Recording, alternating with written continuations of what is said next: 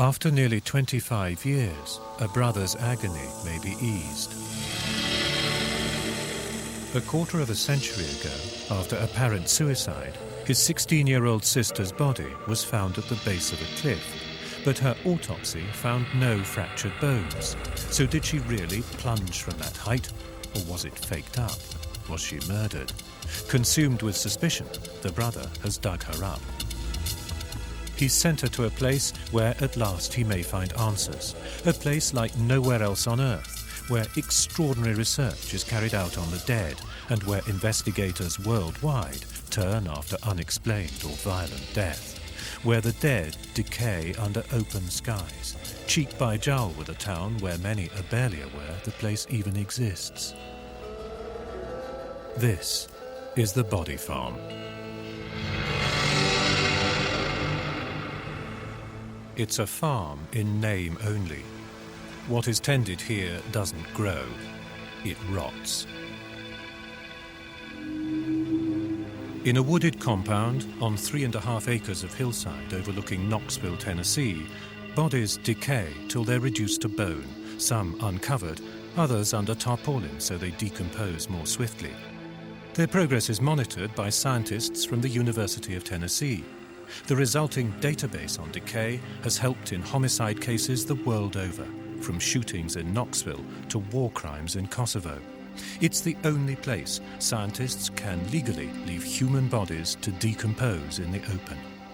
This film tells of mysteries solved and killers jailed by an extraordinary collaboration between the quick and the dead. The Body Farm was founded in the 70s by a man who realized the only literature on maggots and human decay were 2 articles dating from the 1890s, and who has since overseen hundreds of experiments on the dead. On the surface, we have bodies in the shade, in the sun. We've buried bodies. We've buried bodies with clothing or no clothing. We put them in water. We put them in automobiles. Put them in all of the things that you could think of, because what we're trying to do is to reconstruct the length of time since death as it occurs in people all over the world. The scientists are forensic anthropologists, experts summoned when a body is too badly decayed for a medical examiner to perform an autopsy. 65% of America's forensic anthropologists studied here. Everything that happens to the bodies is of interest to the scientists. The way fat drips into the soil, the speed at which mold develops, changes in the stench. Any one of these could potentially bring a killer to justice. None of them makes working here any easier. It's a very difficult place to come to. You are just absolutely overwhelmed by nature as much as these bodies out here are. There's bugs everywhere, it smells, you've got to watch where you walk, you've got to watch what you step on, you've got to watch what you touch. And looking at people in that condition is a reminder of our own biology, and it's pretty strong stuff. The best-selling author Patricia Cornwell gave the place its popular name when she wrote about it in her book, The Body Farm. This is one of the burials that we're doing. Now she returns often, comparing notes with Bill Bass while researching her novels. There are only 2 areas of science I know in which you must destroy what's there in order to find out what is there. One of those is an archaeological excavation, and the other is a crime scene search. That's right. You got only one chance. You can't go back and do it again. Because once you cut through the knot when someone's been hanged, that's it. That's the end of that. That's right. A lot of people don't understand that the research I do is sometimes almost unbearable. Sometimes I'll sit there for days dreading that I know I have to go do that. I'm writing about people like this person over here lying in the pit. I'm writing about people who have died and they've been victimized. And if I don't go spend time with them, how can I know them? And I don't deserve to talk about them if I'm not willing to share their company. And in order to do that, I got to take them in conditions where there's something less than presentable. And that's part of the story, too. It's a story which the Body Farm exists to unravel. As in the case of Vicki Bertram, whose body was found beneath a cliff at Livingston, Tennessee. Shortly before she died, Vicki wrote a poem. I know that I shall soon fade away as the day fades into night. Today is the day I must leave and go to the place where they have been calling and waiting for me. The words, hinting at suicide, haunt her brother, who was 10 at the time. He later became a deputy sheriff, driven to investigate his sister's death. Vicky was intelligent. I mean, when she wanted to be, obviously. She was 16. She was attractive, blonde-haired, 16-year-old girl. Had her whole life ahead of her. Didn't deserve what happened to her. Obviously had a few problems, but nothing that couldn't be overcome. And, you know, she was my big sister, what can I say? He doesn't believe she was capable of suicide, and he does recall her speaking of people out to kill her. Her autopsy report, too, made suicide appear unlikely. It said there were none of the broken bones one would expect from such a fall. Cause of death was left undetermined. He suspects she was murdered, with her body dumped here by the killer. Her body was found over here by this boulder. Part of it, I think, is missing now, but supposedly fell from that point up there on the cliff. And the body, or the remains, were found, as Vicky were found somewhere, probably right in this area, right in here. Some hair may have been found on this boulder right here. The body was consistent of having been here, or the remains, about 1 month. My belief was she was murdered, and the body was placed here. I'll never believe that the body came 112 feet with no broken bones and fell in this area and remained here, and nobody knows anything about it. After a quarter of a century, unable to cope with the doubt and suspicion any longer, the family have exhumed Vicky's body. They're sending the remains to the body farm for analysis. In a few days' time, some of the answers Ryan is seeking may emerge. I want to find out what happened to her, and if there's anyone who's still alive responsible, they need to pay for it.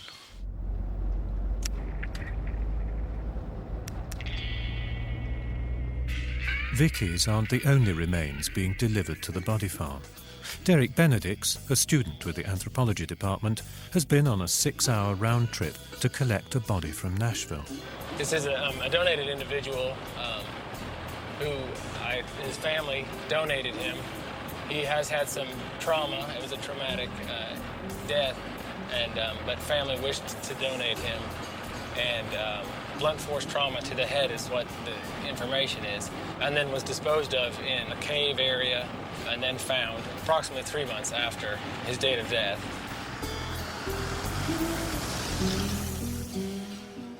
Many of the bodies studied in the body farm have, like this one, been donated to science by the individual or their family. We're going to drag them to the top, one of the 3 pits that are open up there. Others are unclaimed or unidentified, often the remains of vagrants or migrant workers. They rot, so that others, the victims of unsolved murder, may be avenged.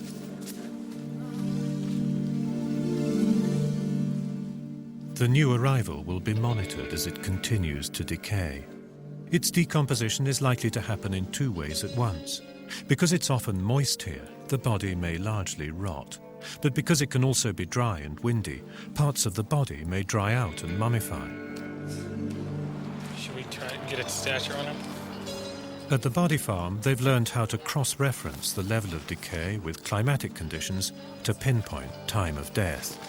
And they've studied other indicators, too. Flies will come and they'll lay eggs. They lay eggs on decomposing tissue. Usually within 24 or 36 hours, those eggs will hatch, and then maggots will start to feed. The maggots feed for a variety of times, up to a week or maybe even longer, based on their species. And hence we can pinpoint time because we know what these different species do.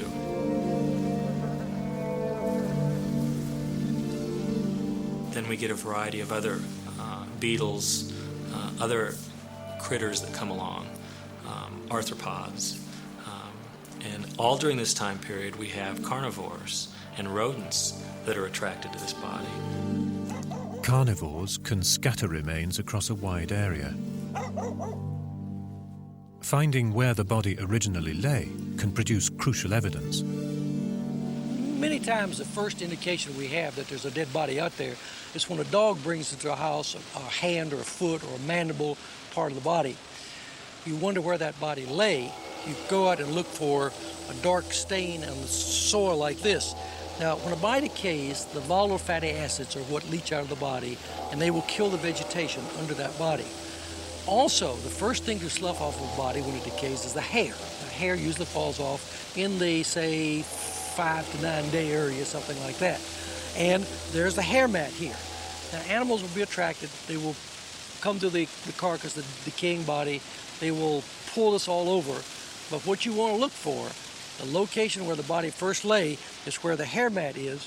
And you always want to use a metal detector on things like this, because many times the people who kill individuals like this will shoot them one more time to make sure they're dead. And the bullet will be down underneath this dark stain. Once soft tissue has decayed, the bones still tell a story.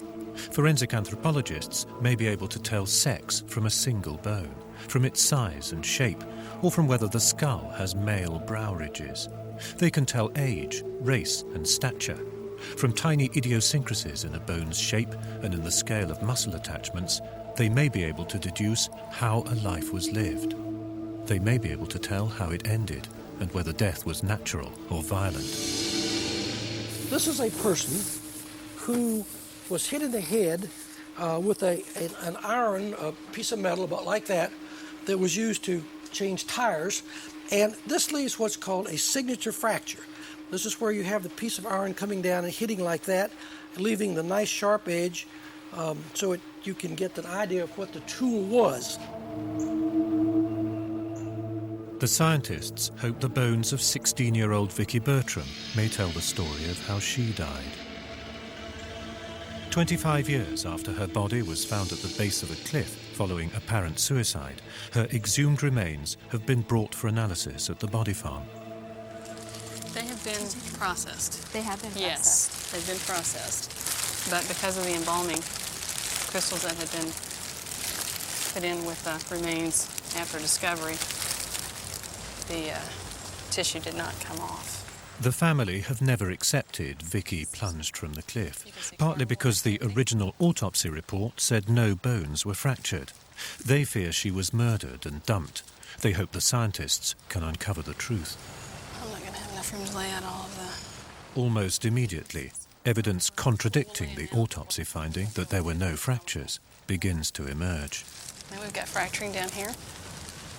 That sheared off. And here as well. You see the fracture that goes right through there? Yeah.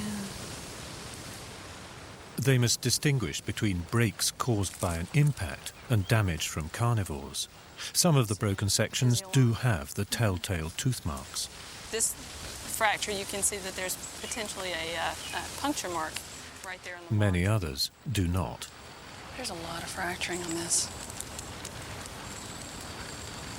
Yes. How could that have been missed? It's very fragmented. Even look at this. How could this have been missed? The evidence seems overwhelming. After this preliminary examination, we do see extensive fracturing of the pelvis. We see this broken apart. That would be expected. It's not unusual. We see extreme fracturing of the sacrum. This also would not be unusual from a fall from a height. We have fracturing of the scapula, again, could be consistent with a fall from a height. We see fracturing of the teeth. Impact of the mandible with the maxilla, the teeth would fracture. And this would be consistent with a fall from a height. Sometimes bones tell clearly of violent death. But these findings, which can now be mailed to the family, still can't prove whether Vicky fell, jumped, or was pushed.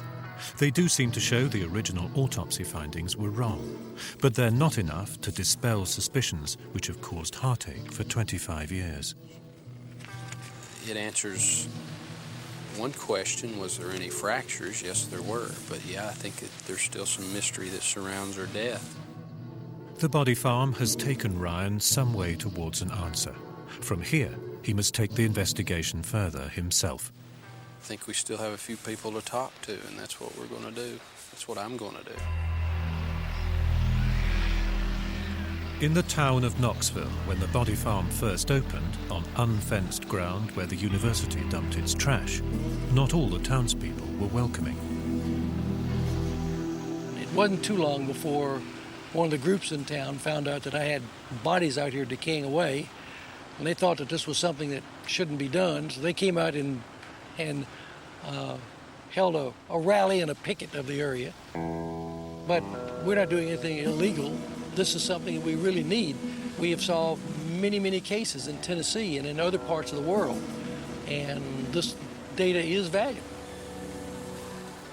The protests have stopped. Most people now accept what the scientists and the dead are doing. It's all about making people speak. You have to make the dead speak to you. We're trying to hear their stories. Why? Because their stories are our stories. You would also hope that if you were a skeleton lying in the woods somewhere, that somebody would take the time to call you by name and to wonder what happened to you. That is what makes us loving creatures. These days, the dead at the body farm tell their stories behind double fencing and razor wire. At any one time, 20 or 30 may be lying here. But when that part of their tale is told, when the scientists have gleaned all they can from the decay, the bodies must move on. They must be cleaned up for storage. These remains are those of a male who has been here for about 2 years. The condition of the remains that we see right here, some parts are skeletalized, some still have flesh adhering. These two bones, these are the right forearm bones, the ulna and the radius. They're pretty well skeletonized. You see, there's what remains here is real light. Whereas other parts of the skeleton I can see right now have huge quantities of flesh still adhering. This side looks pretty well skeletonized. However, if I pick it up and turn it for you, you can see you even have the remains of hair here. You have the cheek tissue, and you can see bits of the nose and the chin tissue here too. And what we're going to have to do with that is, because it's been here for 2 years and it hasn't reduced any more than it already has, we're going to have to take it into the processing stage. We're going to have to remove that flesh manually. And that means that this body, like all the others, must embark on the next stage of its extraordinary journey after death. Where it's headed may be the grimmest cookhouse on Earth.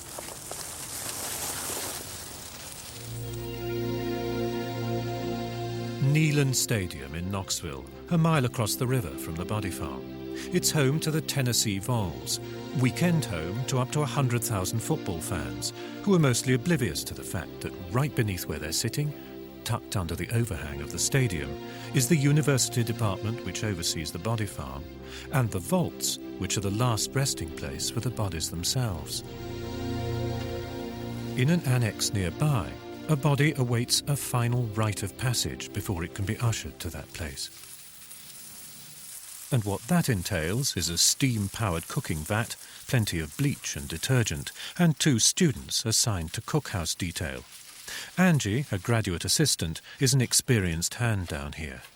Jason, an undergraduate who's been in the job 2 weeks, is already developing a personal style. We're just going to throw all these in here. Usually what I like to do is I like to take out the smaller bones, like the foot bones, the hand bones, and the skull bones, and put them in a crock pot over here so they can boil separately while we're boiling the big bones up in here so they don't get in the way of what we're doing. And it just speeds things up, makes it a lot faster. Instead of doing 2 bodies a week, you can do about 6 to 7 bodies a week. The amount of bleach and detergent that we use to help break down some of the tissue depends largely upon the condition of the body when we put it in. Since this one is mostly skeletonized, it probably doesn't require quite as much, although there is some mummification. Some of that mummified skin will take a little bit to break down, so I'm going to go ahead and add some detergent and bleach to our water. Or if there's more soft tissue, you're going to need to set it hotter for a longer period of time. If there's less soft tissue, you can pretty much leave it on low for a couple of hours and come back, and any mud or leaves are going to be gone. But something like this would probably take a good 8 hours on a medium to a high to get it to cook down.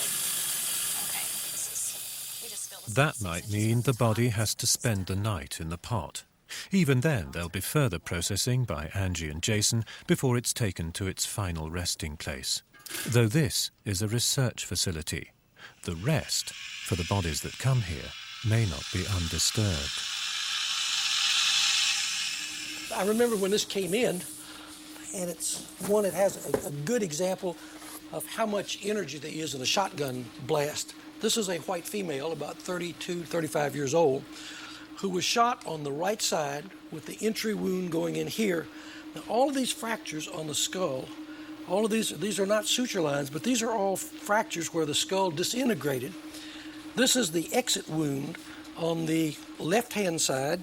You can tell it's an exit wound because the skull has 3 layers, and the outside, as it leaves a bevel suture, and this is what you get right in here, knowing that the shot is coming from the right and exiting on the left-hand side. The news and talk of East Tennessee. Now, the latest news from the Investigators in Union County say they have a body, or at least pieces of a body. They are not yet sure who the victim is. Thousands of burned fragments of a human body were found behind a Union County home. The stories told by Bones can bring killers to justice. Even the murderer's efforts to destroy the evidence can leave marks on Bones which can be decoded by the expert eye. That's what happened to the killer Matt Rogers of Union County, Tennessee. He tried to burn his wife's bones after murdering her. Scientists from the body farm were to be his downfall. An abandoned house near Knoxville. The owner wants it destroyed. That's a training opportunity for firefighters who'll burn unwanted buildings and save demolition fees. A chance, too, for research by a forensic anthropologist from the body farm to find ways of telling how long a body has been dead before it burned. It's work which was pivotal in bringing the murderer Matt Rogers to justice. Joanne Bennett Devlin wants to test the effects of fire on bone, using pig remains as a substitute for human remains. She's brought 2 types of bone, some fresh, with tissue still attached, others dry and long dead. She needs a spot where the bones will be exposed to maximum heat, but can be recovered easily from the rubble after the fire. The experiment will show how fresh bones burn differently from dry bones. If a burned murder victim is found, you can prove whether the body was fresh or had had time to dry out before burning. It can be vital evidence in bringing killers to justice.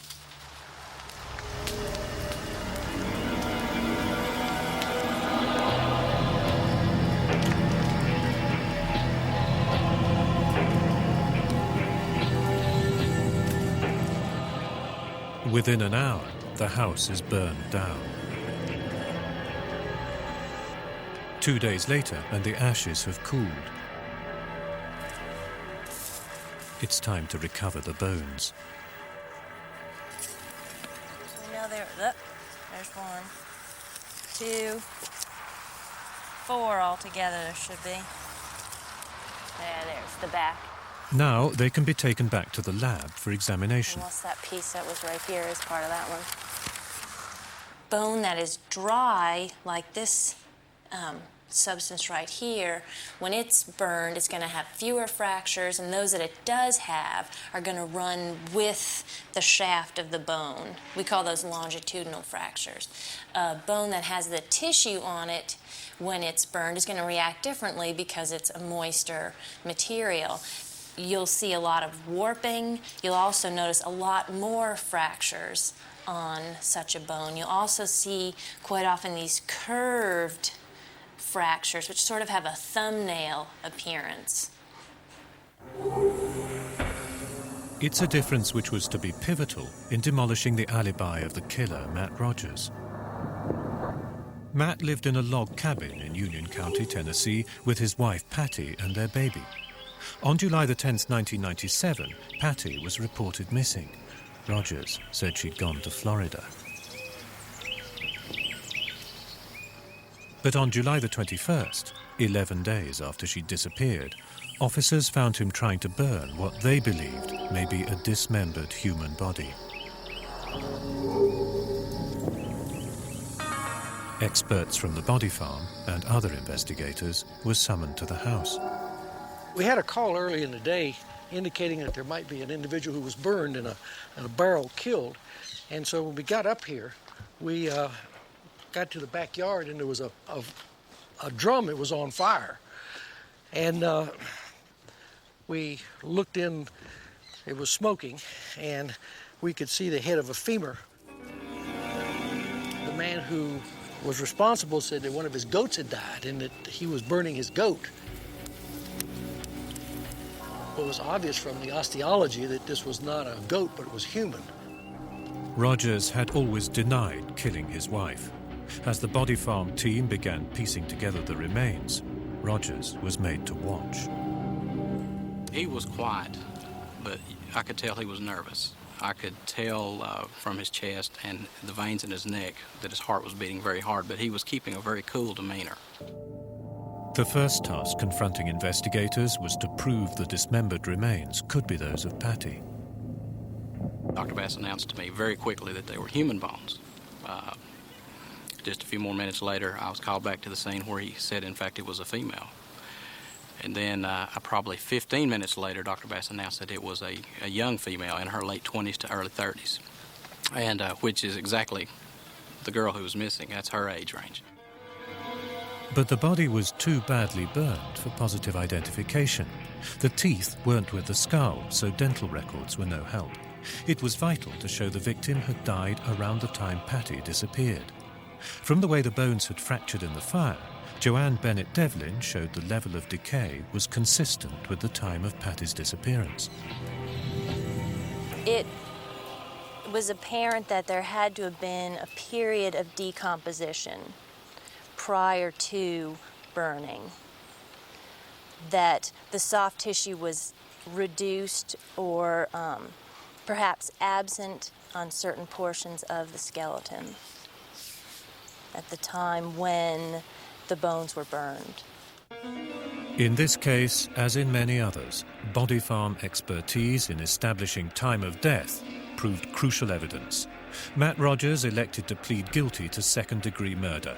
In December 1997, he was jailed for 25 years.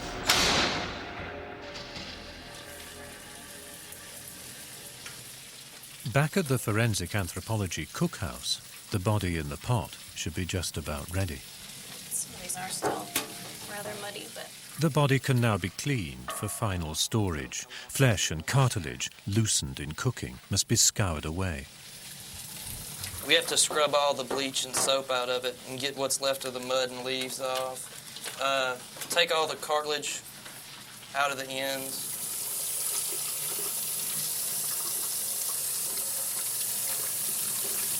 The smell can get bad, but people usually stop well before they actually make it to this room, because it can get pretty bad, especially in the summer when we open the doors. But other than that, it's not really bad until you put them in the pot or start cooking them. If you had to imagine the smell, I guess there's two primary components of what comprise the sort of yucky smell that's down here. The first of which is just the smell of decay, since the body is decomposed at our research facility outdoors. The other part of the smell is from when we actually put the bodies in the pot and they start to heat up and cook. And some people describe the smell even just kind of as not a nice smelling cooked meat, but as sort of like cooked meat. But it's really cooked rotting meat, so most people who I describe to what I do are more fascinated than disgusted. Most people think that it's a very fascinating field, and while some of them say, better you than me, they'd rather not be doing it, I think most people think it's a good field to be in. My friends aren't as interested as Angie's are. I tried to bring one of my friends down here a couple weeks ago when I first started working, and there was no way he'd step foot inside the door. And he wasn't interested about it, or he was just almost ready to throw up. That's all he was. And so most of my friends are like that. Some of them think it's interesting, but not many of them. They just think it's, how can I do that? I think it's great that you can take a bone like this, or any bone out of the body, and basically you can tell someone's age, their sex, their race, and know all that just from a bone. That's just fascinating to me. The bones may take a week to dry. Only then, perhaps years after death, can they make their final journey to join hundreds of other skeletons in the donated lab.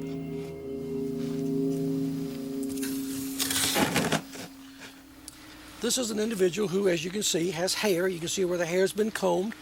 It's a reddish color.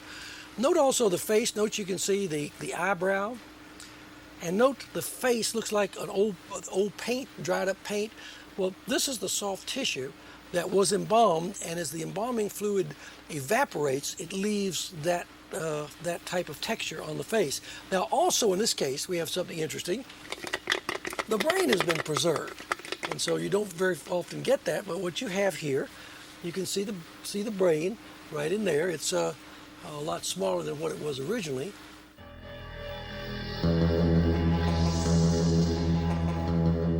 It's not only the bones which hold evidence to help investigators trap a killer. The soft tissues of the body, too, tell their tales.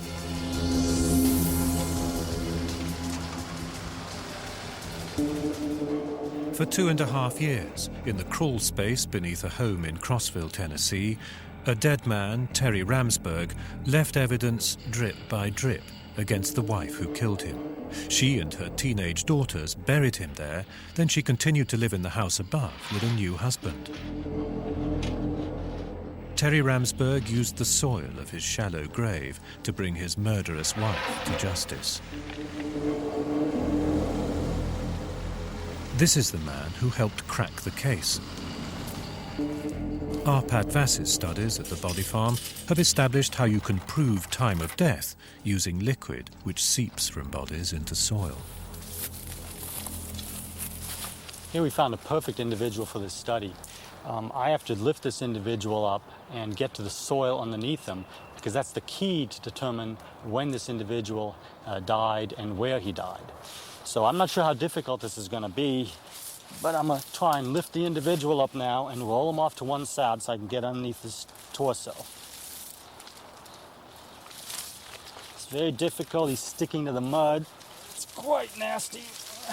The odor is quite horrific here. You can see all the mummified tissue and the leaf debris which has to be removed to get at the soil underneath the individual. But I think it'll be a perfect sample for what I'm looking for here. The leaked body fats change over time, leaving a chemical marker to pinpoint time since death. And we just need about a tube full. That's all we need to collect. And this will be then taken back to the laboratory and analyzed chemically to determine how long this individual has been here. And this can then be used to solve an actual crime out in the field. Which is exactly what happened in the case of Terry Ramsberg, whose body was found in the crawl space of the house in Crossville. Everything appeared normal when Terry, his wife Lily May, and her 2 daughters came to stay with Terry's parents for Christmas 1988. But on January the 3rd, 1989, Terry disappeared. Next day at school, one of the daughters broke down and said Lily May had murdered Terry. The city police were informed.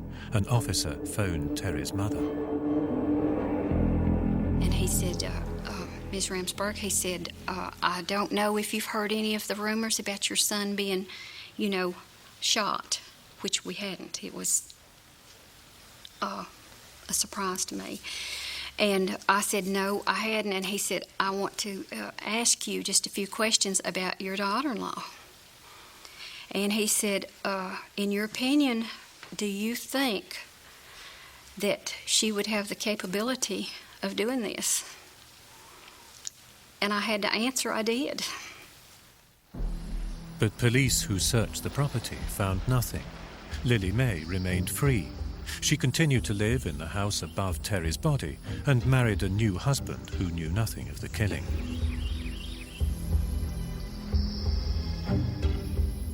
But for Terry's parents, Carol and Bob, the conviction grew that she was a killer. They speculated where the body might be. I have just always had a little bit of, I don't know why I know things, sometimes I just know things, okay? ESP a little bit, I guess. And I said it is going to be somewhere very, very close. And so then Bob said, I would give anything to look under their house. They confronted Lily May at her workplace and asked her for written permission to search. She was really shaky, but she did sign it. She looked at it and she turned pale, but she did sign it. Terry's father went into the crawl space with a shovel. He came to the car and he said, he says, I know I found him. Investigators, including a police videographer, were called to the scene. As they filmed in the crawl space, it quickly became apparent they'd need help from the body farm. There is a bone. From all appearances, it appears to be a leg bone, human leg bone. We're going to contact Dr. Bass, have him to come down and finish removing the body. The body farm team assembled that day. It took several hours to exhume the body. You got some bone there? Yeah, this is humerus. Yeah. Okay. Yeah. The grave was shallow, but it was still painstaking work. Oh, he's buried face... Is he buried face down? Yeah, face down. Looks like it. It sure is. As the skull emerged, there was evidence of a possible gunshot wound. I don't know. It doesn't look like a real exit wound, though, does it? Yeah, it looks like it started to exit, and it cracked the bone, but didn't come out. It either didn't come out or it fell out. Maybe it's still. It might still be in there. Oh, wow. It does stink, I'll tell you. On the head, as on the body, some of the soft tissue which dripped its evidence into the soil still remained. Now, I assume that must be brain there. That's soft tissue. Positive identification was difficult. It was vital to prove the time of death of this body could have coincided with Terry's disappearance. Yeah, they could have shot him in the back there. A soil sample containing body fats was sent for analysis by Arpad Vass of the body farm.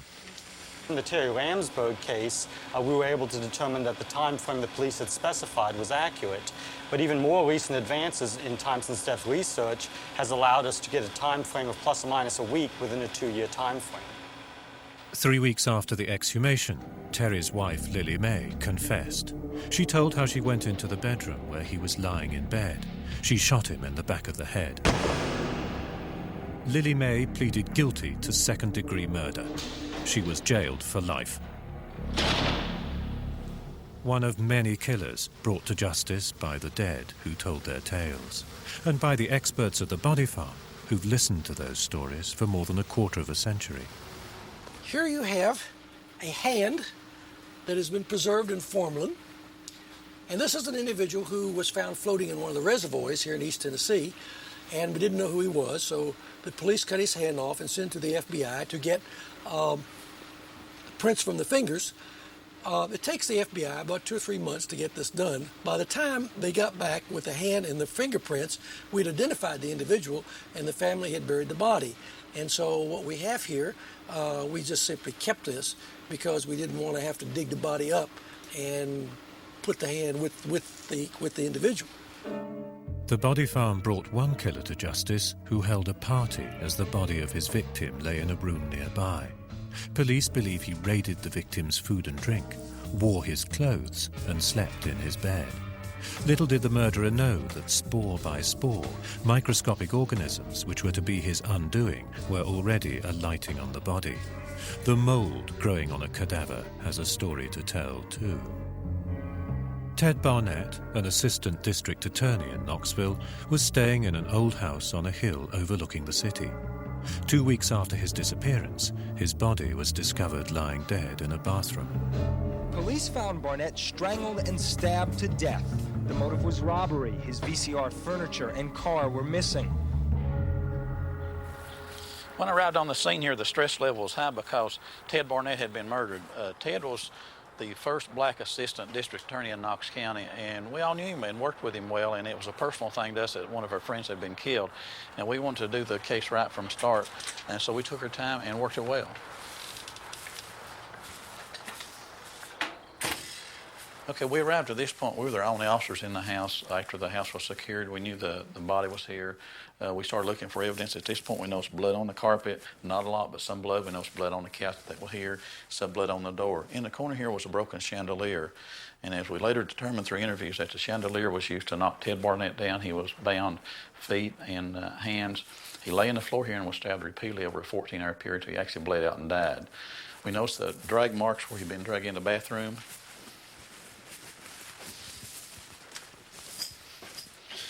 At this point where we found Ted, he was laying on the floor here. His feet were in the shower with a cord around his feet.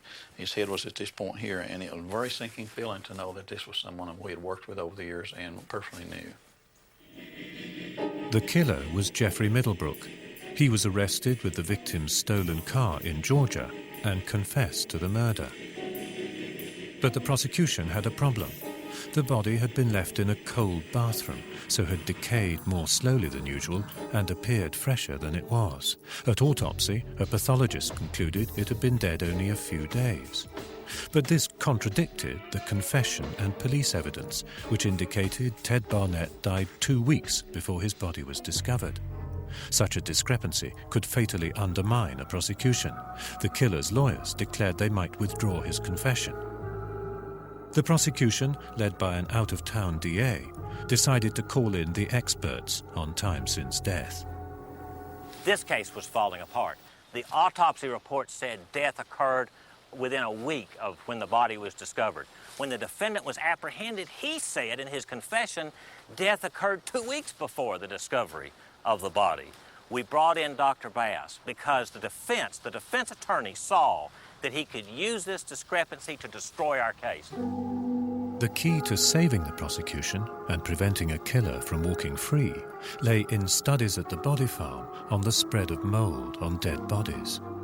If you know details of temperature and humidity, the amount of mold can tell you how long a body has been dead. Bill Bass compared the mold spots on Ted Barnett's body with the cool conditions in which it had lain. Now, this individual was placed in a moist environment in a bathroom with water running in a cold. And we looked at data from the body farm of bodies that decayed in November, December, similar time period. And looking at the mold growth on those bodies, we're able to extrapolate the length of time that this individual has been dead.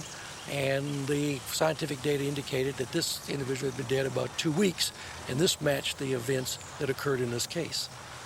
Dr. Bass was able to examine all the evidence and establish conclusively death did occur 2 weeks before the discovery, just like the defendant had said. When we confronted the defense attorney with Dr. Bass's excellent report, his client pleaded guilty. Jeffrey Middlebrook, who's now appealed, admitted second-degree murder and armed robbery and was jailed for 60 years through an understanding of the way microscopic organisms colonize a body from the outside. But what scientists at the body farm are now concentrating on is the extraordinary way organisms which coexist with us inside our bodies turn on us the moment we die. They rot us from the inside and may give investigators new ways of establishing time since death.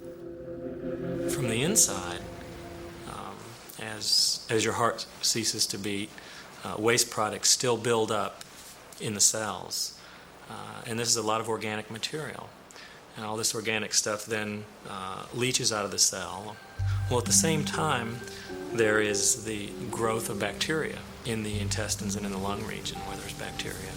And so this organic soup or this organic feast is then there for the bacteria, and there's just kind of a feeding frenzy. The scientists suspect that as our innards liquefy, the organic feast progresses in a predictable way. They're looking for clear biochemical markers to create day-by-day snapshots of decay, so even an inexperienced investigator will be able to say how long a body has been dead. The stench of death itself and the way it changes with temperature and weather may hold clues.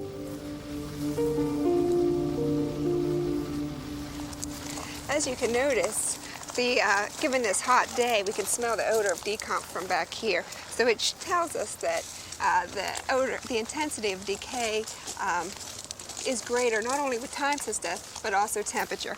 That's quite obvious to anyone, but we're proving that through scientific methods as well. What we need to do is get an air sample here, and we place these pipettes into the body bag, making sure that we're not touching any kind of maggots or decomp fluid. We don't want to suck those up. And what we're doing is we're sampling really at a 24-hour interval. That's giving us a snapshot of the changes in odor in terms of pattern as well as intensity. We also take soft tissue samples to look at the biochemical markers. All of these depend on the rate of decomposition, which plays off temperature and humidity. That's why every day we have, we have a windometer and we have a rain gauge and a temperature gauge placed around our shed. It's not just the smell of death which may hold keys. Dipping into the organic feast itself, taking biopsies of rotting organs and flesh, may yield further clues. Now what we're going to do is we're going to get our soft tissue. We're really looking for biochemical markers. We're looking for snapshots of the decomposition process. We're going to sample a little muscle.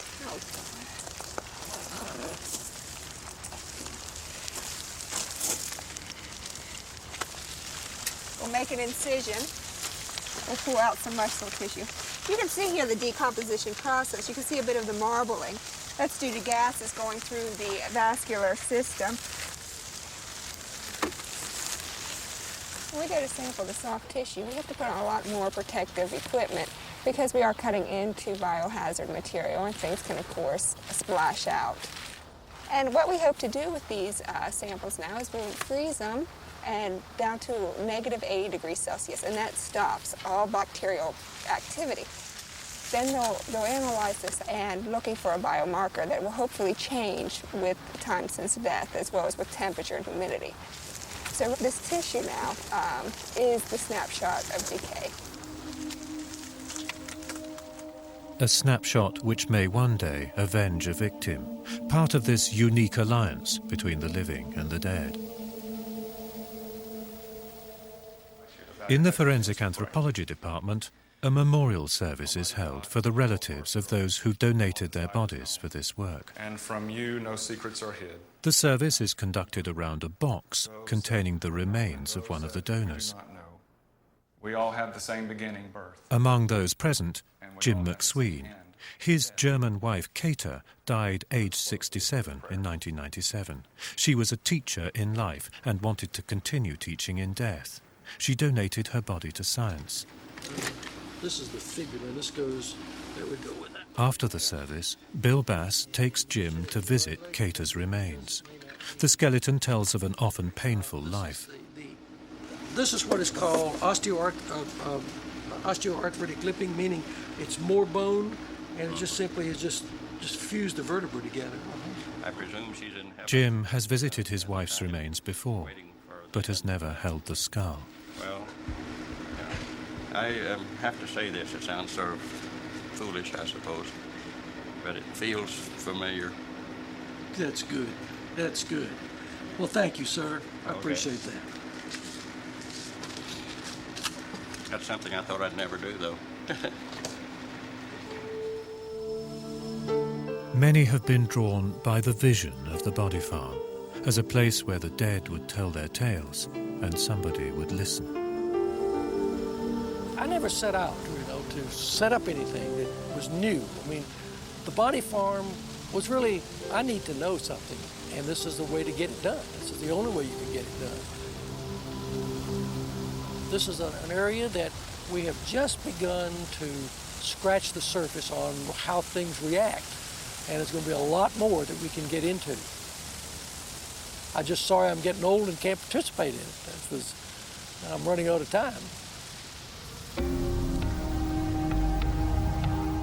There are many eager hands to take the work forward. From here, scientists have fanned across the United States and the world, pushing back the darkness, uncovering truth. It's about being reawakened. I feel things when I come out here today. I feel sad. I feel the reality. It becomes almost tangible, like I can touch it. I can sit here and, you know, almost pick up a bone if that were one, and I feel it in my hand, and I'm reminded that I've felt these before when I've been in the morgue, and, you know, the smells and the sights and the sounds, all of that sort of beams me back into where I ought to be in order to have the heart and the strength to write stories that do not trivialize death or turn it into puzzles, but instead show you the truth. The stories unraveled here have changed the way homicides are investigated around the world. From a patch of Tennessee hillside, a light has shone into the planet's darkest places.